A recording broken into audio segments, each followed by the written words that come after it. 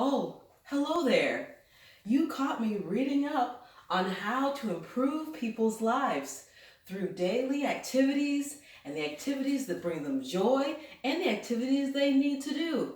If you haven't guessed, I am an occupational therapy student. My name is Tashara Reed, and I am here today to talk to you about the 4 P's of energy conservation: positioning, prioritizing, planning, and pacing. When we're trying to minimize the energy we're exerting to 2 tasks, it's important to make sure that we prioritize what activities are important for the day, the week, and the month. Having a calendar of all of your activities allows you to make better choices about what really is important to get done each and every day. Positioning is one of the most important factors because it's talking about safety. When we're moving around, it's important that we try to keep our bodies in proper alignments, with our feet in line with our shoulders, in line with our hips, so that we are staying in a position of safety. We want to make sure that we're limiting motions that twist and bend the spine, particularly motions where we're twisting and bending at the same time. We want to stay within this zone of safety. And we want to try to remember that our axis of support, or our core, is where we're getting a lot of our energy. And we want to make sure that when we're moving around, we keep objects close to us instead of farther away than our axis of support. Today, I'm going to be talking to you about mopping. It may seem like a simple activity, but it's actually quite complicated and has a lot of tasks.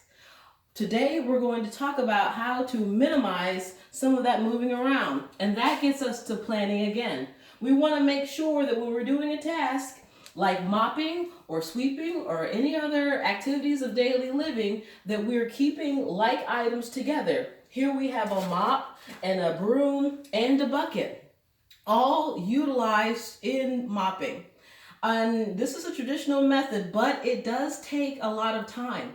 So, because you have to sweep and mop, today I'm going to talk to you about trying to work smarter, not harder. Okay, so what I'm going to do is take a seat, put on sneakers, because they are a better choice when we are dealing with water. And remember, number one, we have to make sure that we're safe, safe, safe. Notice how I'm staying within my safety zone, not twisting or bending unnecessarily. Okay? Also make sure that you're following any advice that your physician or primary care has given you in regards to your safety and your movement limitations. There, now I'm ready to go. Today, instead of the traditional mop and broom, I'm going to be using this device here, which is a multi-surface brush, which sweeps and mops at the same time, reducing the amount of time I'm doing this activity. I'm also going to make sure that if I have to do any bending, that I'm bending at my knees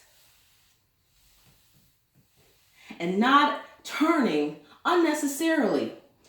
I'm going to do this activity while trying to maintain proper posture and keeping mindful to tighten my core, tighten my glutes, and stay within my zone of safety.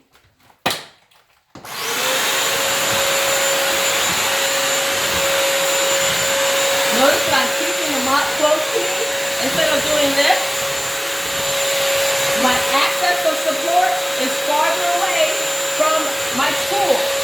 I want to stay here.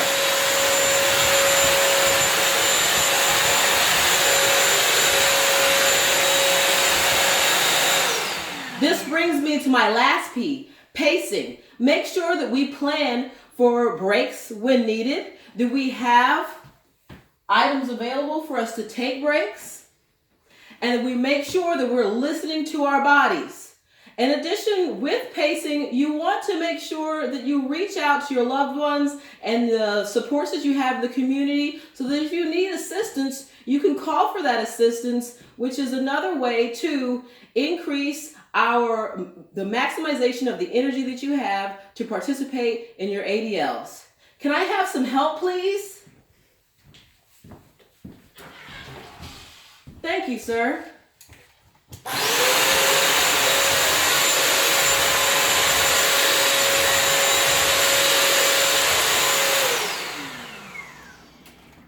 Remember the 4 P's of energy conservation: positioning, prioritizing, plan, and pace.